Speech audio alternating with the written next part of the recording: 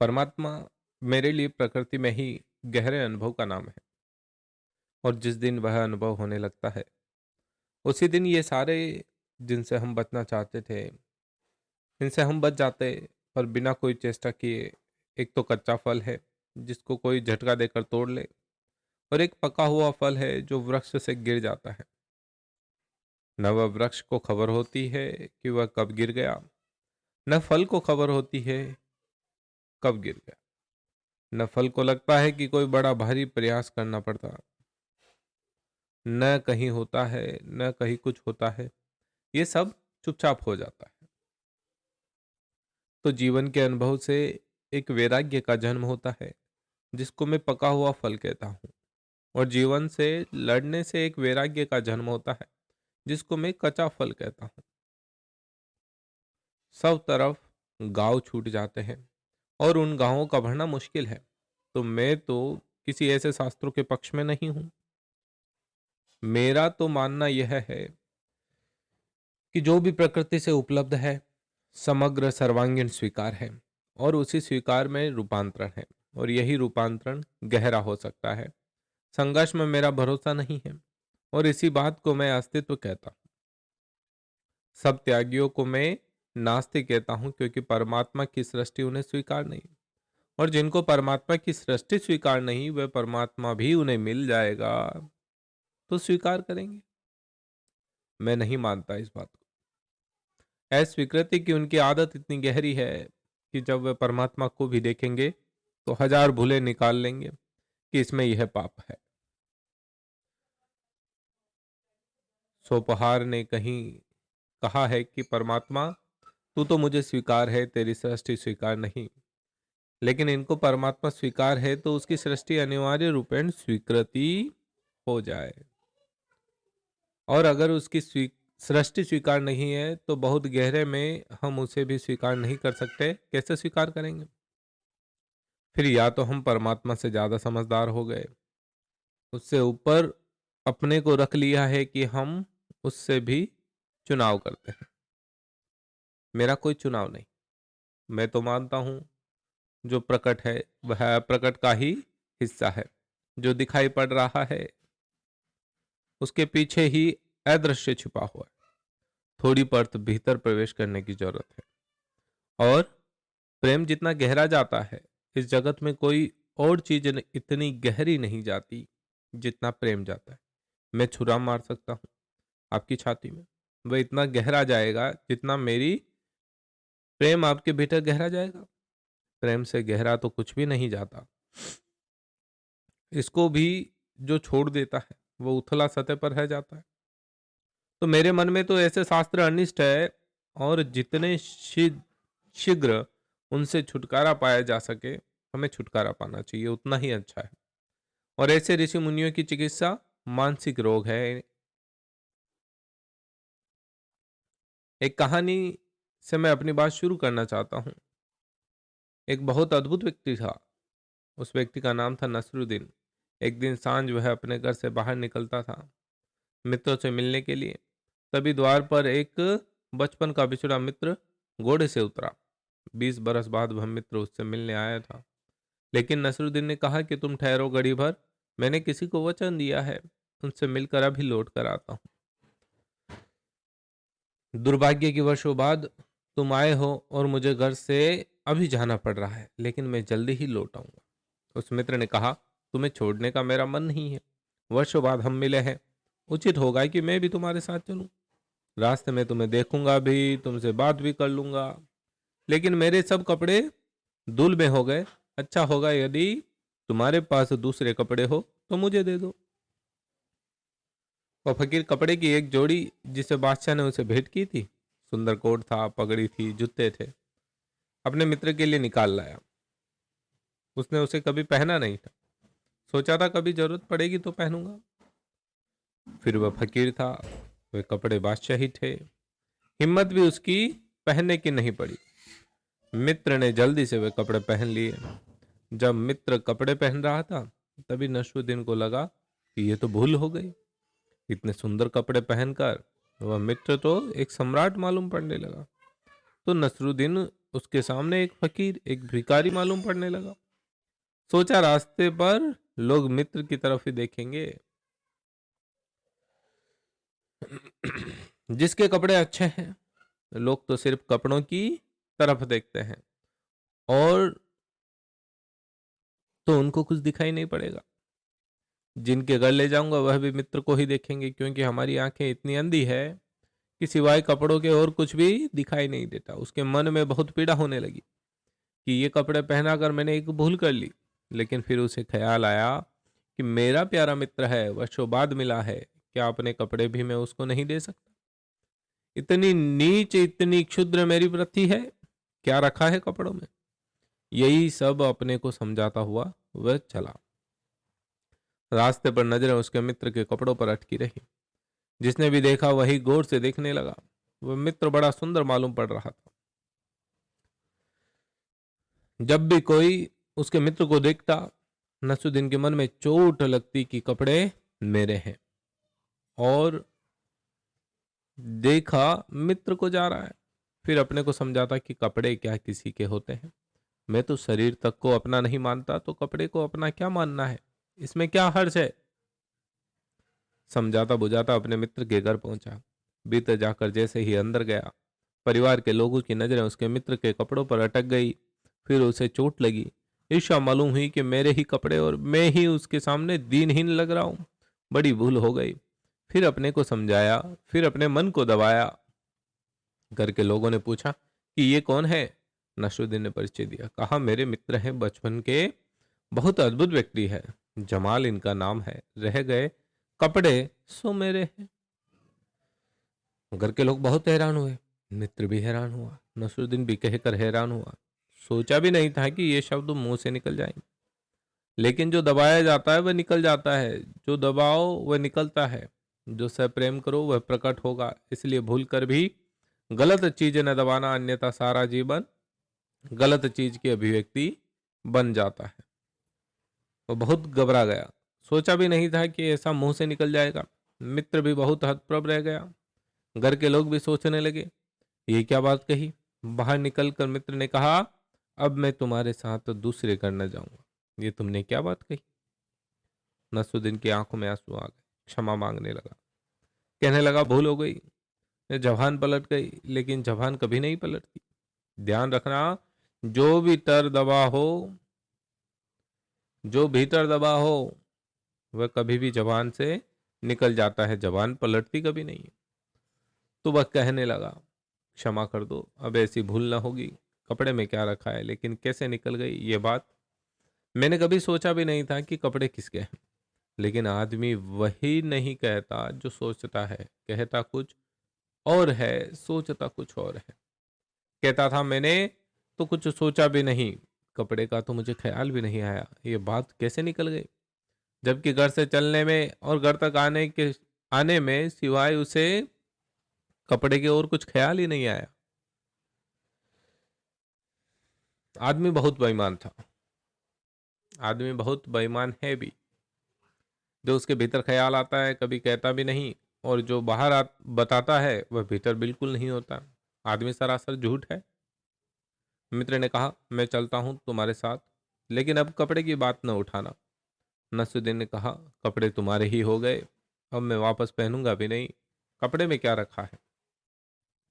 कह तो वह रहा था कि कपड़े में क्या रखा है, लेकिन दिखाई पड़ रहा था कि कपड़े में ही सब कुछ रखा है। वे कपड़े बहुत सुंदर थे, वह मित्र बहुत अद्भुत मालूम पड़ रहा था। फिर चले रास्ते पर। नसरुद्दीन फिर अपने को समझाने लगा कि कपड़े दे ही दूंगा मित्र को। लेकिन जितना समझाता उतना ही मन कहता था कि एक बार भी तो पहनने। दूसरे घर तक पहुंचे, संभल कर, संयम से। संयमी आदमी हमेशा खतरनाक होता है, क्योंकि संयमी का मतलब होता है कि उसने कुछ भीतर दबा रखा है।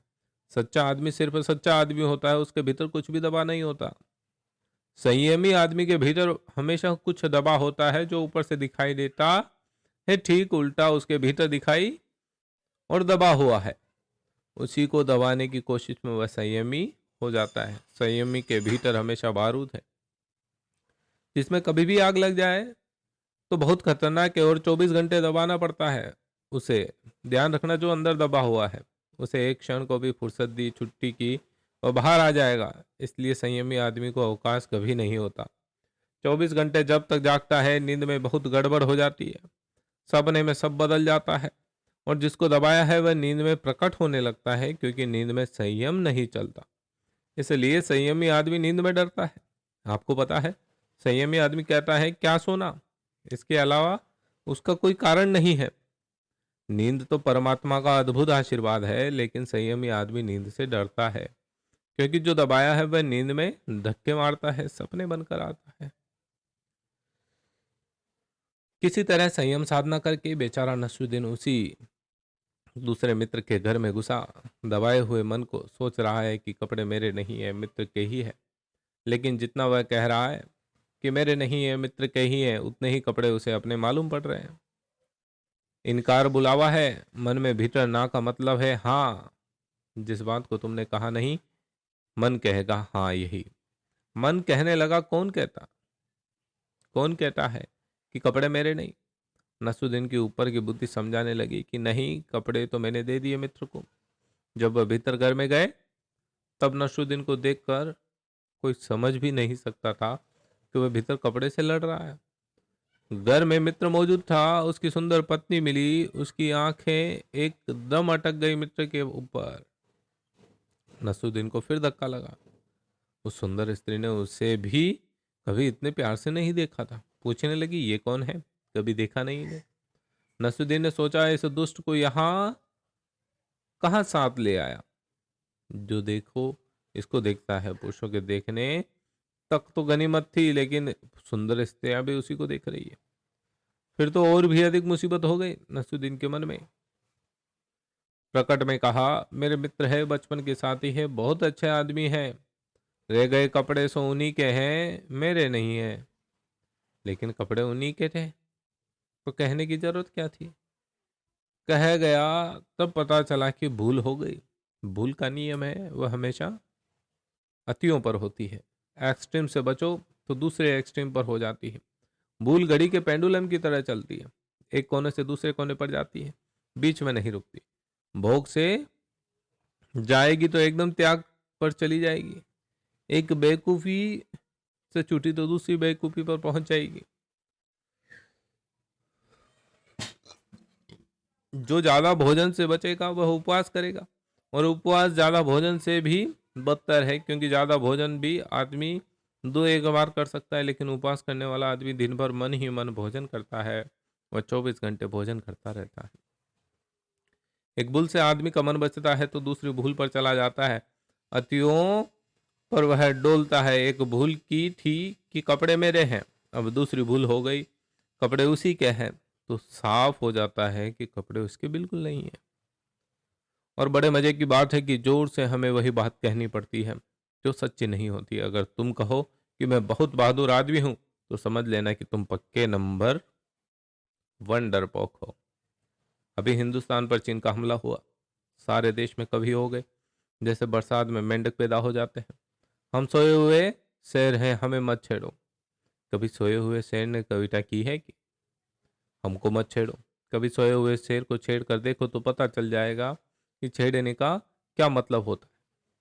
लेकिन हमारा पूरा मुल्क कहने लगा कि हम सोए हुए शेर हैं, हम ऐसा कर देंगे वैसा कर देंगे। चीन लाखों मील दबा कर बैठ गया और हमारे सोए शेर फिर से सो गए। कविता बंद हो गई। यह शेर होने का ख्याल शेरों को पैदा नहीं होता, वह कायरों को पैदा होता है। शेर शेर होता है, चिल्ला चिल्ला कर कहने की कोई उसे जरूरत नहीं होती। कह तो दिया नसरुद्दीन ने कि कपड़े कपड़े इन्हीं के हैं, लेकिन सुनकर वह हस्ती तो हैरान हुई। मित्र भी हैरान हुआ कि फिर वही बात। बाहर निकलकर उसे मित्र ने कहा कि क्षमा करो, अब मैं लौट जाता हूं, गलती हो गई कि तुम्हारे साथ आया। क्या तुम्हें कपड़े ही दिखाई पड़ रहे हैं? नसरुद्दीन ने कहा मैं खुद भी नहीं समझ पाता, आज तक जिंदगी में कपड़े मुझे दिखाई नहीं पड़े, ये पहला ही मौका है। क्या हो गया मुझे? मेरे दिमाग में क्या गड़बड़ हो गई? पहले एक भूल हो गई, अब उसकी उल्टी भूल हो गई। अब मैं कपड़ों की बात ही नहीं करूंगा, बस एक मित्र के घर और मिलना है, फिर घर चलकर आराम से बैठेंगे। एक मौका मुझे दे दो, नहीं तो जिंदगी भर मुझे ये अपराध महसूस होता रहेगा कि मैंने मित्र के साथ कैसा दुर्व्यवहार किया। मित्र साथ जाने को राजी हो गया। सोचा था अब और क्या करूंगा भूल, अब और क्या करेगा भूल। बात तो खत्म हो ही गई। दो ही बातें हो सकती थी, दोनों बातें हो गई, लेकिन उसे पता न था भूल करने वाले बड़े इनोवेटिव होते हैं, नई भूल इजाद कर लेते हैं। शायद आपको भी पता ना हो। वो तीसरे मित्र के घर गए। अब की बात तो नसरुद्दीन अपनी छाती को दबाए बैठा है कि कुछ भी हो जाए लेकिन कपड़ों की बात ना निकालूंगा। जितने जोर से किसी चीज को दबाओ उतने ही जोर से वह पैदा होनी शुरू होती है। किसी चीज को दबाना उसे शक्ति देने का दूसरा नाम है। दबाओ तो और शक्ति मिलती है, और उसे जितने जोर से आप दबाते हैं उस जोर में जो ताकत आपकी लगती है वह उसी में चली जाती है। जिसको आप दबाते हैं ताकत मिल गई उसे। अब वह दबा रहा है, पूरे वक्त पा रहा है कि मैं कमजोर पड़ता जा रहा हूँ। कपड़े मजबूत होते जा रहे हैं। कपड़े जैसी फिजूल चीज भी इतनी मजबूत हो सकती है कि नसरुद्दीन जैसे ताकतवर आदमी हारे जा रहे हैं कपड़ों के सामने। जो किसी चीज से न हारा था आज उसे साधारण से कपड़े हराए डालते हैं। वह अपनी पूरी ताकत लगा रहा है, लेकिन उसे पता नहीं कि पूरी ताकत हम उसके खिलाफ लगाते हैं, जिससे हम भयभीत होते हैं, जिससे हार जाते हैं। उससे हम कभी नहीं जीत सकते। ताकत से नहीं जीतना है, अभय से जीतना है, फियरलेसनेस से जीतना है। बड़े से बड़ा ताकतवर हार जाएगा। अगर भीतर भय हो तो ध्यान रहे हम दूसरे से कभी नहीं हारते, अपने ही भय से हारते हैं। कम से कम मानसिक जगत में तो यह पक्का है कि दूसरा हमें कभी नहीं हरा सकता। हम हमारा भय ही हमें हरा देता है।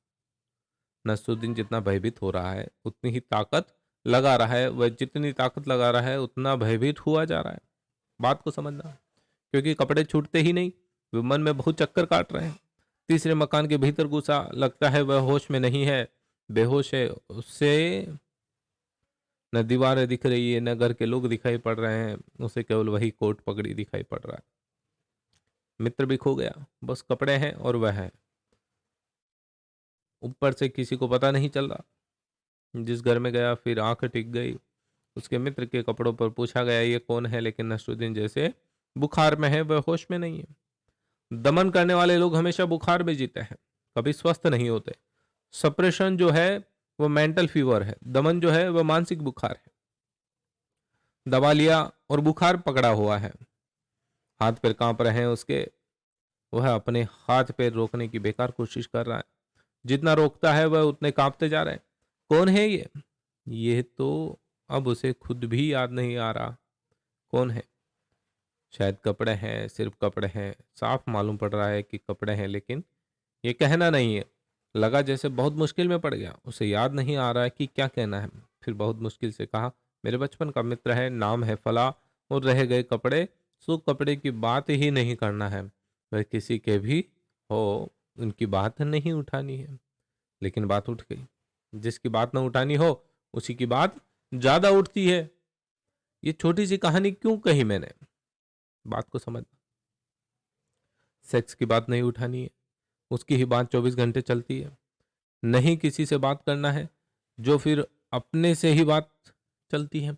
न करे दूसरे से तो खुद ही करनी पड़ती है। खुद ही करनी पड़ेगी बात अपने आप से। दूसरे से बात करने में राहत भी मिल सकती है, खुद से बात करने में कोई राहत भी नहीं। कोल्लू के बैल की तरह अपने भीतर ही घूमते रहो। सेक्स की बात नहीं करना, उसकी बात ही नहीं उठानी। माँ अपनी बेटी के सामने नहीं उठाती, बेटा अपने बाप के सामने नहीं उठाता, मित्र मित्र के सामने नहीं उठाते, क्योंकि उठानी ही नहीं है बात। जो उठाते हैं वह अशिष्ट है, जबकि 24 घंटे सबके मन में ही बात चलती है।